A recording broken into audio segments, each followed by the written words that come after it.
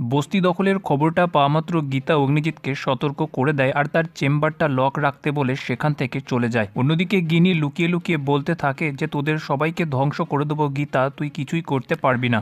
Mac অঙ্কিতকে phone করে বলে যে তোমার এভাবে হঠাৎ করে আসাটা কি উচিত হয়েছিল? অঙ্কিত বলে তোমাকে মিস করছিলাম তাই নিজেকে আটকে রাখতে পারিনি, প্রতিটি মুহূর্ত শুধু তোমারই কথা মনে পড়ে। ওই মুহূর্তে কৃপান সেখানে চলে এলে মেহেক অনেক টেনশনে এসে যায়। তারপর অঙ্কিত মেহেককে আই লাভ ইউ বলতে বললে মেহেক সংস্কৃত ভাষাতে অঙ্কিতকে আই লাভ ইউ বলে আর তার কাছে ভালোবাসার প্রকাশ করে, যেগুলো কৃপান কিছুই বুঝতে পারে না। মেহেক কৃপানকে বোকা বানিয়ে বলে যে আমি আমার নাচের মাস্টারের সাথে কথা বলছি। ফোন রাখার পর কৃপান বলে যে ওটা কী ধরনের গান ছিল। মেহেক বলে এটা অনেক পুরাতন গান, তুমি বুঝবে না। তারপর কৃপান নিজের হাতে বানিয়ে আনা মটন বিরিয়ানি মেহেককে খাওয়ায় আর মেহেক সেটা খেয়ে কৃপানের নকল প্রশংসা করতে থাকে। নিজের প্রশংসা শুনে কৃপান মেহেককে বলে ফেলে তাহলে আমাকে হাগ করো। মেহেক বলে এই রে ফেঁসে গেলাম। মেহেক অনেক বাহানা দেখালেও কৃপান তার জেদ ছাড়ে না। তারপর মেহেক বলে আমি তোমার চোখ বেঁধে দেবো, আমাকে খুঁজে পেলে তারপর হাগ করব। তারপর মেহেক কৃপানের চোখটা বেঁধে দিয়ে তাকে বলে যে তুমি আমাকে খোঁজো। আর মেহেক সাইডে গিয়ে গীতাকে ফোন করে বলে গীতা বৌদি আবার ফেঁসে গেছি।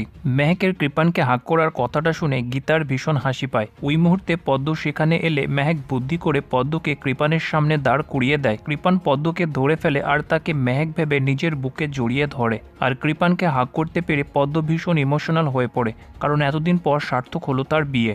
ওই মুহূর্তে কৃপানের মা সেখানে চলে এলে ওই দৃশ্য দেখে সে হতবাক হয়ে যায় আর চিৎকার করে ওঠে যে এসব কি হচ্ছে। তারপর তারা মা ছেলে দুজনেই পদ্মকে বকতে শুরু করে। রতি দেবী বলে যে তোমার সাহস কি করে হলো কৃপানকে এভাবে জড়িয়ে ধরার, তুমি কি জানো না আলিঙ্গন স্বামী স্ত্রীর মধ্যে হয়? অন্যদিকে গিনি ভজনকে ফোন করে বলে যে গীতার সমস্ত রকমের প্রমাণগুলোকে থানায় রাখতে যাচ্ছে, একবার প্রমাণ থানায় পৌঁছালে সব শেষ হয়ে যাবে।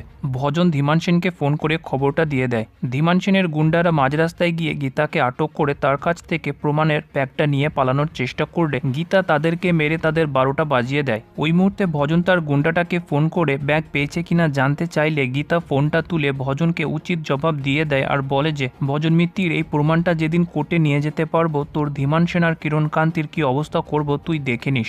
ভজন বলে তুই কিচ্ছু করতে পারবি না, অগ্নিজিৎকে লকআপে ঢোকাবোই আমরা, তোর শ্বশুর বাড়ি আর বাপের বাড়ি দুটোই ধ্বংস হবে। গীতা বলে আর 2 দিন মাত্র টাইম আছে, তোদের পুরো দলবলকে আমি যদি হাজতবাস না করতে পেরেছি আমার নামও গীতা এলএলবি নয়। ফোনটা রাখার পর গীতা বলে আমি নিশ্চিত যে এই খবরটা গিনি ওদেরকে দিয়েছে।